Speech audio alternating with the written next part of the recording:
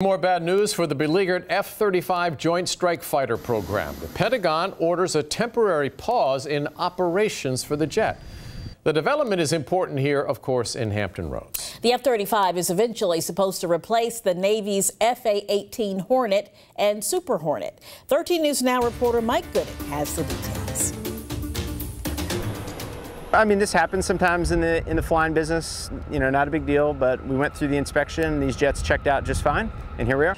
The Pentagon announced yesterday it is temporarily suspending operations worldwide for its entire fleet of F-35 Joint Strike Fighters, 2 weeks after the first crash of an F-35B variant led investigators to suspect there is a widespread problem with the plane's fuel tubes. That mishap on September 28th near Beaufort, South Carolina. The Marine pilot ejected safely. All 250-plus U.S.-owned F-35s will now be inspected. That process is expected to be completed within the next 24 to 48 hours. This is just the latest bit of bad news for the F-35, also called the Lightning II.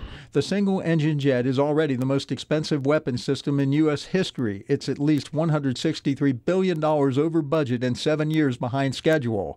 President Trump has called the price tag out of control.